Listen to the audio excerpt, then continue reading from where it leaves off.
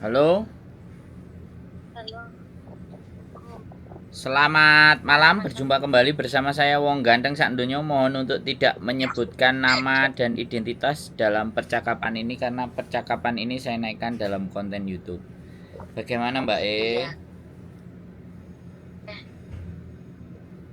Eh, saya gini mau nanya. Suaranya uh, kecil ya Mbak? Suaranya kecil. Sekarang jelas. Oke, gimana gimana? Iya, saya mau tanya ini.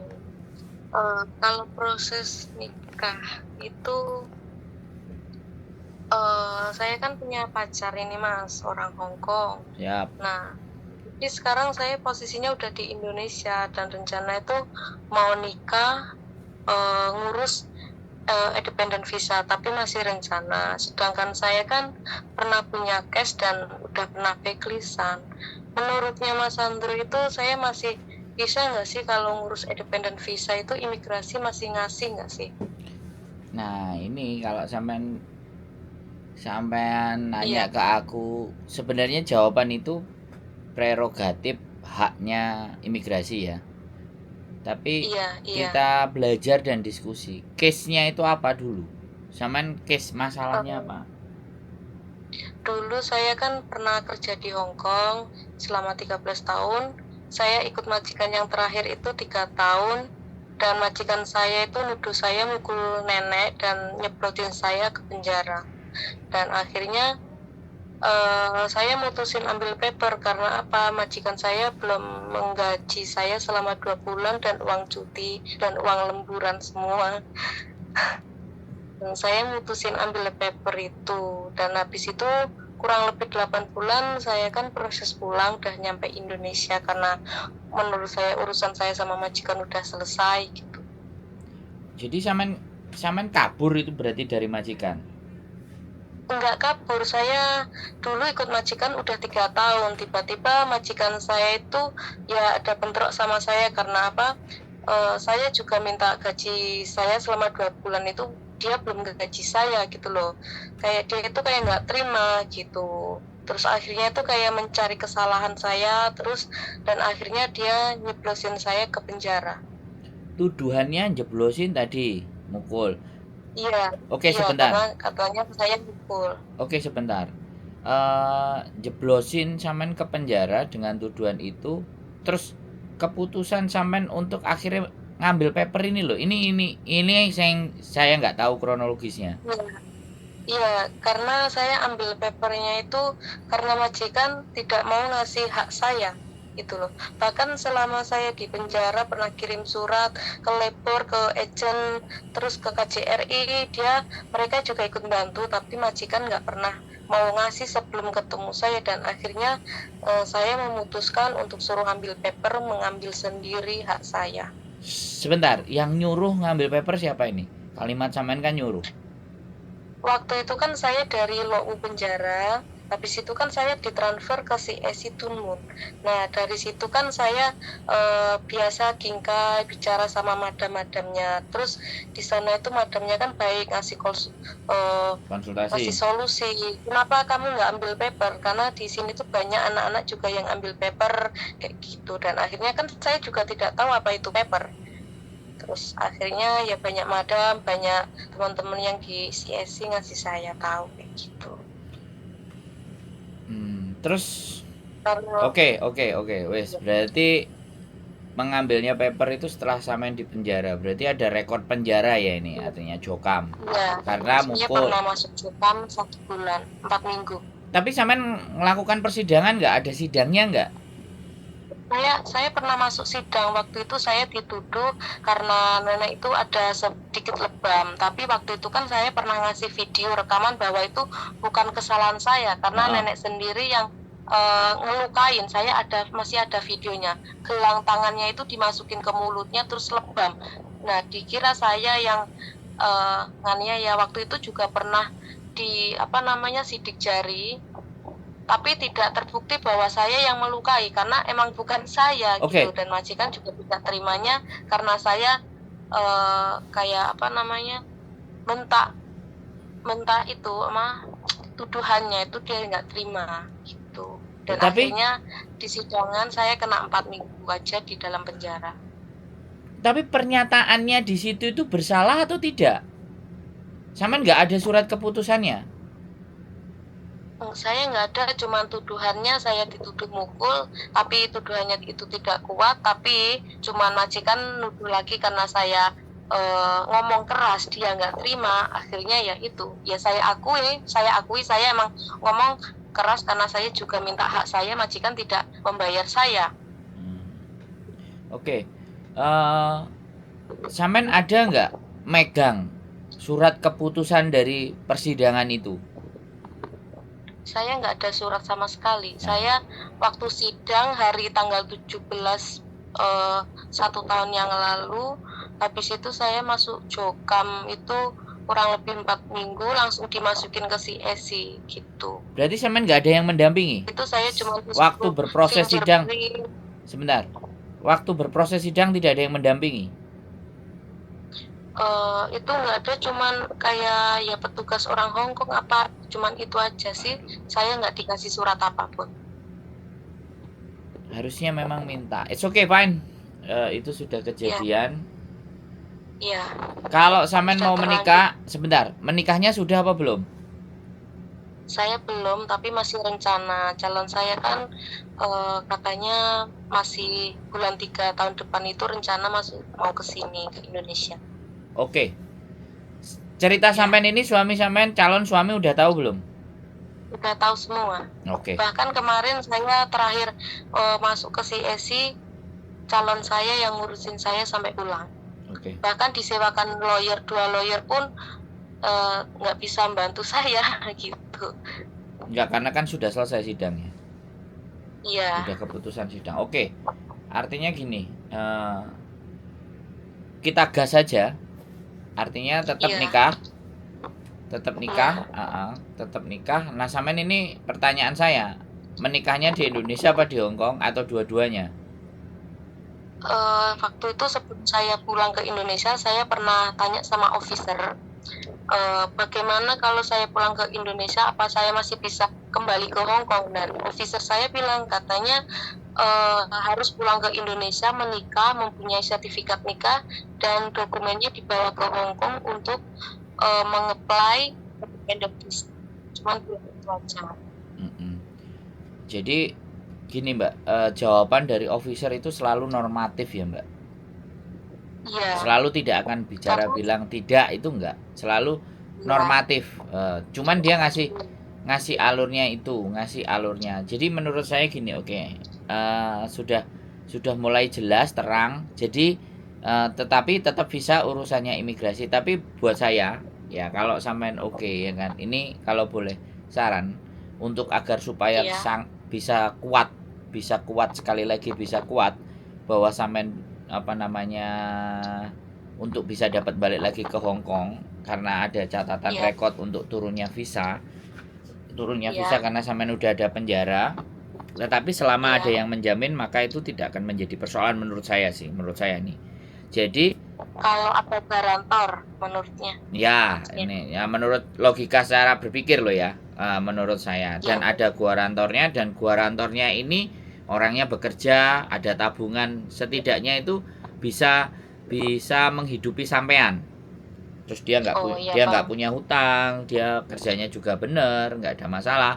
Maka itu semuanya bisa, nggak ada jadi persoalan sebenarnya. Nah, kalau saya cuma pekerja biasa sebagai sibuk, masalah nggak? Sebagai apa? Cuman sibuk. Yo, pekerjaan itu mau tukang sampah, mau kuli bangunan, itu duitnya lebih banyak Mbak. Pekerja tenaga itu kalau di Hong Kong itu duitnya lebih banyak. Kalau cuma perbatasan kerja sebagai chef apa, saya tagarnya itu nggak ini gitu. Saya tak ngomong dulu ya Mbak. Jadi saya tak ngomong dulu. Nanti sampean telaah dengan baik-baik supaya sampean mendapatkan gambaran dan sehingga sampean bisa apa yang harus saya lakukan, kan seperti itu untuk meloloskan ini gitu loh. Jadi kan kita diskusi di sana. Yang pertama, kalau memang dia bisa, menikah di Indonesia, lakukan pernikahan di Indonesia. Ya. Sampean cari syarat-syaratnya pernikahan di Indonesia. Setelah melakukan pernikahan di Indonesia, selanjutnya ya, sampean boleh dari surat nikah yang di Indonesia itu digunakan apply dependent untuk di Hong Kong, itu boleh 1 tok surat nikah. Tapi alangkah lebih kuatnya nikahnya 2. Sampean di Hong Kong juga nikah lagi. Loh, kayak saya ini 2 kali Mbak nikahnya. Ya, berarti gini lah. Intinya kalau di Indonesia menikah punya sertifikat nikah, dokumen dibawa ke Hong Kong, dapat visa kita nikah lagi di Hong Kong gitu maksudnya. Soalnya apa? Sebelum saya pulang ke Indonesia, waktu itu saya pernah sih ada rencana menikah ngeplay di tim Sajoy.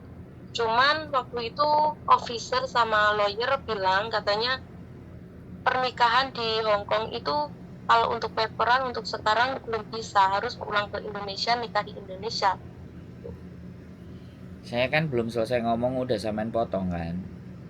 Saya tak ngomong dulu. Nanti saya ngasih kesempatan sampean ngomong dulu, jadi jangan ngomong dulu sampean ya. Biar enak ya. Jelas kalau aku ngomong sampean ngomong, aku ngomong sampean ngomong, nggak ketemu nanti solusinya Mbak. Ya. Karena saya ngomong sampean dulu aku waktu nikah gini. Sekarang kan posisi sampean sudah di Indonesia. Sudah beda posisi. Makanya kita bahas satu-satu.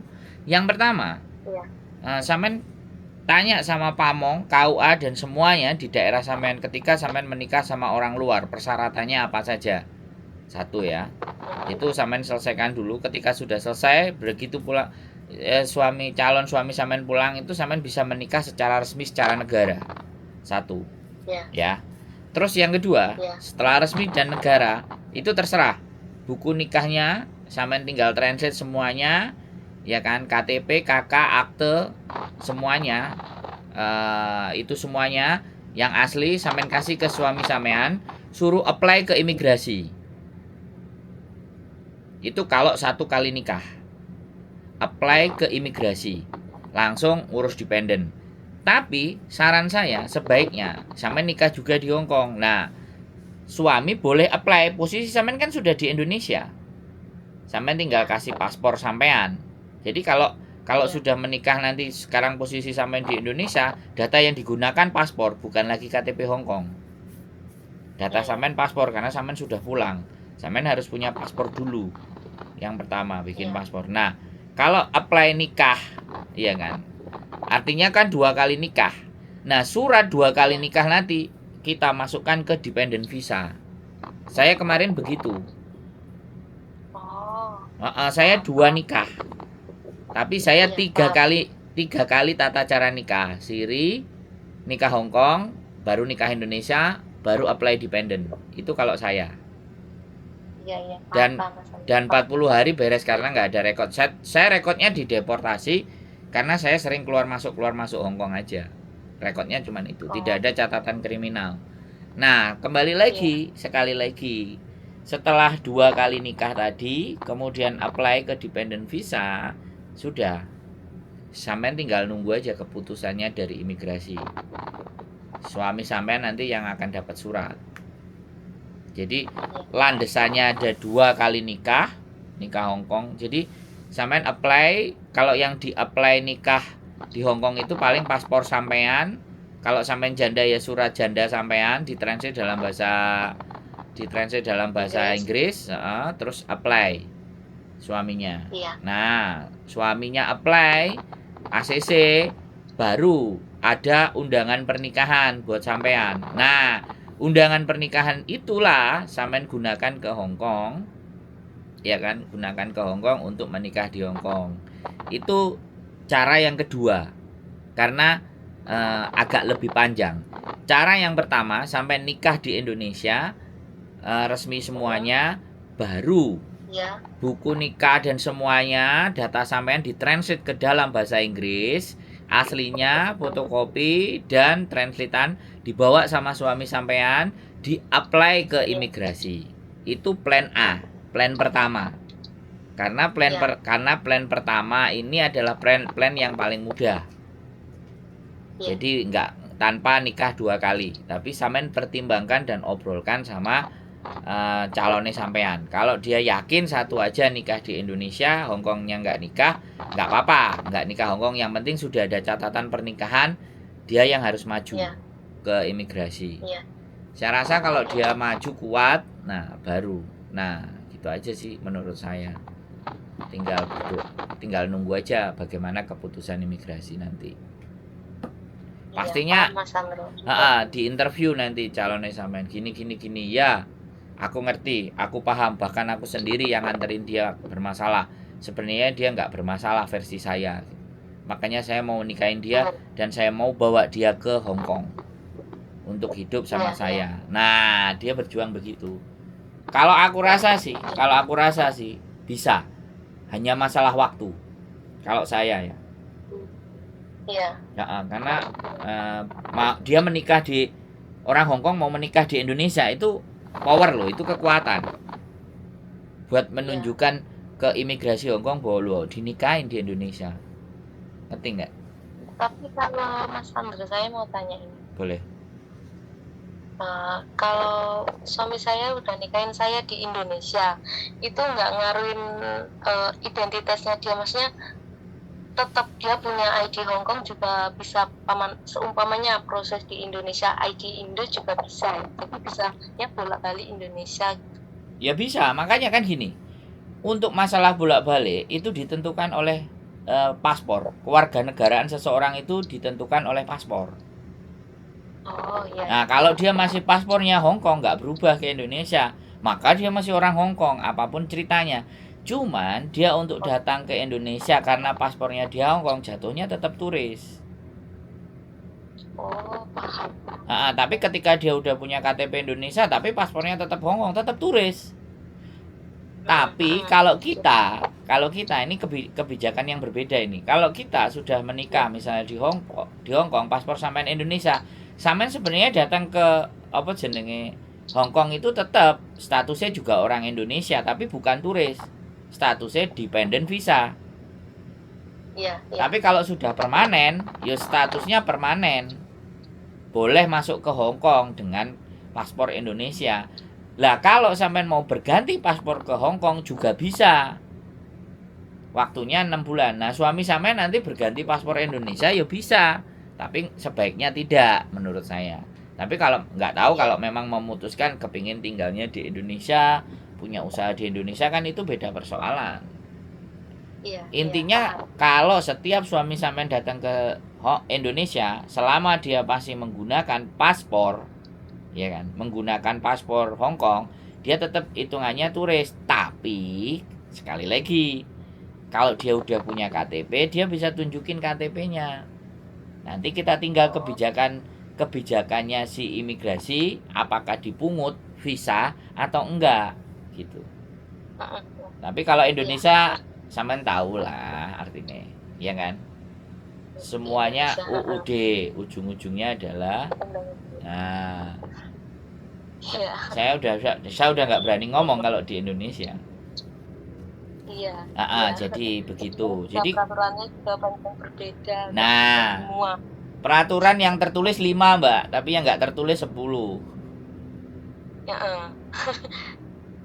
Jadi kayak tapi gitu. Kalau dilanggar semua juga dapat semua. Kenapa?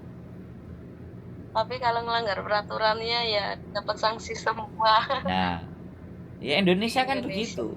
Nah, jadi kan kita nggak perlu bahas. Tapi seperti itu. Makanya tinggal sampean mau diskusi sama calon suami. Mau nikah 1 kali apa mau nikah 2 kali terserah. Kadang-kadang kan Mas Andrew itu kalau lebih menguatkan itu nikah 2 kali itu gimana?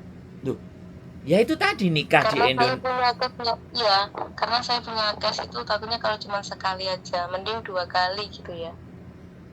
Ya makanya saya bilang plan A sampai nikah sekali, plan B sampai menikah 2 kali, baru ke dependent. Jadi kalau diskusi sama saya ada 2 plan. Nah ketika sampean bertanya, saya harus menyarankan bagaimana ya supaya jauh lebih kuat, saya menyarankan yang kedua. Tapi apakah calon suami sampean nanti diajak diskusi mau? mau menikah 2 kali. Orang Hong Kong aja belum tentu. Yang sudah nikah di Hong Kong aja nikah di Indonesia, mereka kadang ada yang mikir. Tapi kalau yang nggak mau kehilangan pasangannya yang di Indonesia, dijabanin itu datang ke Indonesia. Saya ngurus 1 orang nikah di Iya, Indonesia. udah bilang Mas, takutnya juga kayak gitu. Makanya suruh nyari info juga. Kan nggak tahu katanya proses-proses kayak gini gitu loh. Nah, saya kan tuh ngeliat vlog-vlognya Mas Andro sama Mbak Juni gitu Nah iya toh, dari kemarin. kan sudah jelas. Tandingnya tahu nomornya langsung saya hubungin, tanya langsung. Ya sudah jelas kan sekarang. Jadi Ya, jadi tidak, menurut saya kalau kalau saya jadi sampean ya saya nggak khawatir, informasinya udah jelas. Tinggal ngelangkah aja. Tinggal ngelakuin. iya. Nah, kalau ada masalah-masalah bagaimana dan seperti apa kan tinggal telepon. Iya, makasih Mas Andro, Nah, makasih jadi banyak. sampean tanya dulu sama Pak Mong bagaimana. Nah, terus habis itu yang pertama memang tanya suami dulu, njalukmu piye? Iya. Informasi aku udah dapat begini dan begitu. Soalnya nanti kalau sampai nikah di Indonesia ada N1, N2, N3, N4, ada juga dia harus mualaf. Kan kalau di KUA harus satu agama, kalau beda agama nggak bisa. Kalau beda agama ibaratnya dia nggak mau geser, ya sampai ngalahin nikah di Hong Kong. Tapi pasangan saya nggak punya agama. Nggak ada masalah sih Mbak. Kalau gini loh, tapi yang di Indonesia itu yang dipermasalahkan Mbak. Yang bermasalah itu yang di Indonesia. Berarti harus ikut salah satu gitu aja. Iya, Indonesia itu begitu. Makanya kan kenapa sampean tak suruh tanya ke apa namanya KUA biar jelas. Jadi tanya sama KUA-nya. Jadi sampean sebelum melangkah kan bertanya-tanya dulu sebelum ngajak diskusi sama calon. Karena kalau nanti masuk Muslim kan gampang, walaupun dia nggak beragama ya, dia datang ke Wancai misalnya, kemudian dia menyatakan mualaf, ada surat keterangan mualafnya, terus dibawa ke Indonesia, lah terus dinikahkan di KUA Indonesia, ijab kabul, kelar. Iya. Jadi itu hanya hal kayak gitu kan kita gunakan sebagai formalitas agar secara negara itu diakui pernikahan sampean di Indonesia. Tapi kalau sampean nggak mau beribet ngurusin nikah, mending salah satu nikahnya di Hong Kong. Sampean dikasih undangan. Suami sampean yang ngajuin di lembaga pernikahan Hong Kong. Itu syaratnya nggak ribet-ribet amat.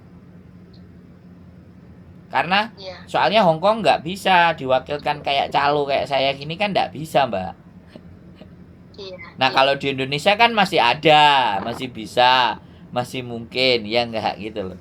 Calo itu masih kalau di Hong Kong tidak bisa, harus yang bersangkutan yang datang. Cerai aja di Indonesia nggak perlu datang, pakai pengacara juga kelar kan. Nah itu beda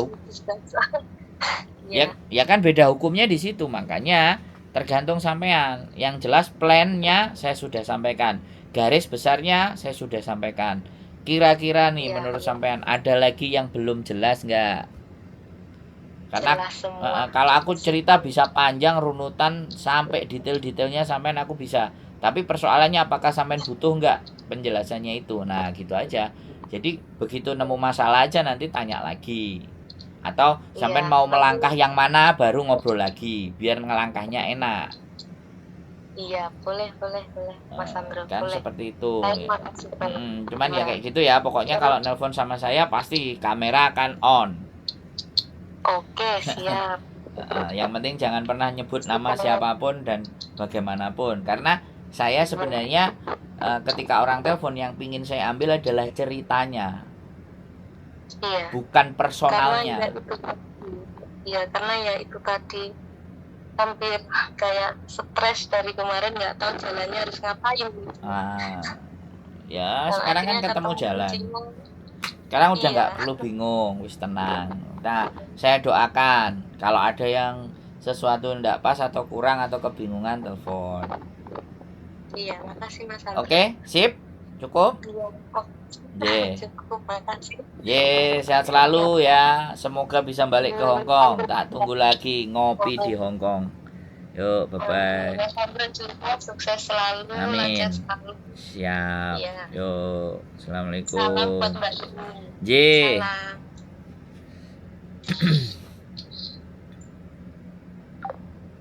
Oke teman-teman, ya berbagai persoalan ya menikah, keruwetan dan kerumitan dalam sebuah pernikahan antara Hongkong dan Indonesia sebenarnya menurut saya tidaklah terlalu rumit dan tidaklah terlalu susah.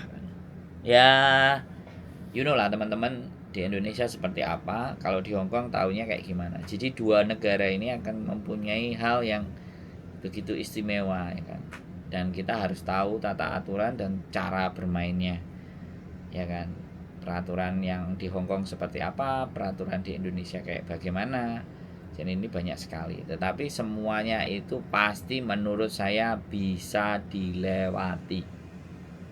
Ya kan. Tinggal bagaimana kita menggali informasi, mencari tahu dan jalanin. Kalau sudah jalanin pasti ngerti, masih paham. Ya kebentur-kebenturnya di mana, hambatan-hambatannya di mana. Kelar kalau perusahaan kayak gini aja kelar menurut saya. Dan kadang-kadang OS, paper semuanya apakah nggak bisa jadi orang Hongkong, apakah nggak bisa punya KTP Hongkong, depend on immigration menurut saya. Tapi selama sampean benar-benar berjuang dan pasangan sampean memperjuangkan sampean, maka tidak ada yang tidak mungkin, mau paper mau OS ya kan. Apalagi kayak Mbak E tadi ada sudah catatan kriminal di penjara. Bagi saya kalau kalau bertanya ke saya masih optimis ya kan. Kalau suaminya bertanya sama saya pun saya akan jawab, saya selalu optimis. Jadi apapun ya hasilnya saya selalu optimis dulu, saya jalani dulu prosesnya. Ketika sudah saya jalani prosesnya pasti akan saya tahu di mana letak ketidaktepatannya, ketidakpasannya, ketidaksesuaiannya. Itu saja dari saya. Keep stay tune my YouTube channel and see you next video. Bye bye.